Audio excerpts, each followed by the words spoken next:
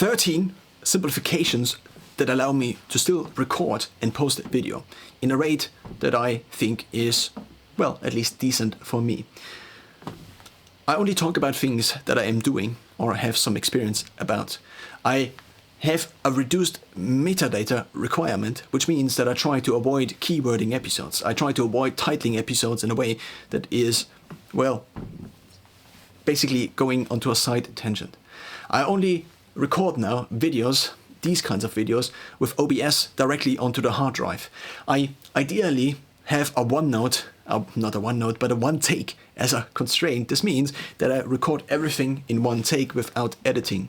I track all these videos then in Notion, which means that I am able to have one software in which all of the videos can be viewed and how the current status is and on which platforms I have posted these. I try to stick to neutralism. I don't edit the videos usually. I either post something that I recorded or I delete it. Or it could go into my private archive, but then I have to target myself as basically the ideal audience. I do now have a script which renames all the different file names I get from my phone or also from OBS and renames them into a file ID, which I now use, at least on Shorts, as the thing that identifies the video file for me, but also acts as the title.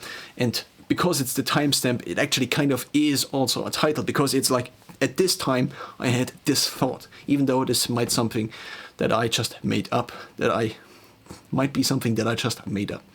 The Invisible Man, I try to reduce what I am in front of the camera down to the minimal version of what I need to be in order to record these videos. I do have kind of the same black background. I also don't wear anything that would be in 10 years maybe considered offensive or something like this. I only wear very basic things. I think don't look too... I have a beard, but this beard grows, and if I don't want to constantly shave, then I have a beard. So me as a proxy is a proxy for the ideal audience, which means that I don't try to imagine an imaginary audience which maybe has this certain age and is doing these things.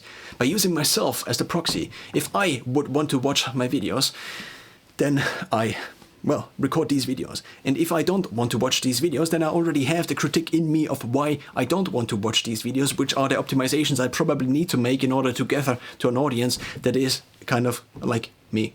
Feedback. In the beginning, I would often listen to the audio already while recording the video, but this would act as a threshold that was a little bit too high, because then I could not move that much, and so I don't record. I don't have the audio as a feedback in my head, but I have the visual feedback. I already see the final product right in front of me. I'm actually looking at it. Sometimes I'm looking into the camera, but because I'm recording on a phone, looking onto the screen would then result in me looking slightly off all the time, and I found this to be, well, a little bit better in terms of also seeing how I look on video, and then not having to delete the video afterwards because I was slouching down more and I didn't notice.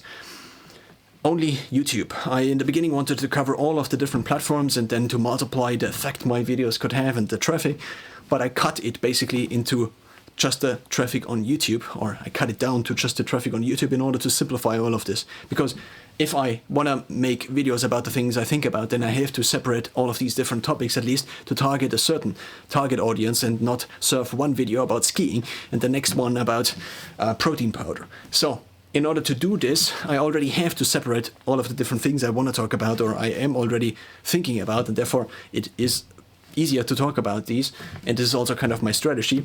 I already have to separate them out into multiple branches, which are then multiple channels. And if I then go onto multiple platforms, it just multiplies and multiplies.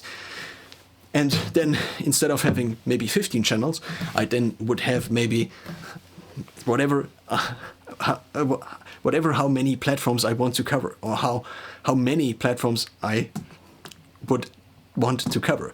It would just multiply with the amount of channels I already have on one platform. So I simplified down to only YouTube.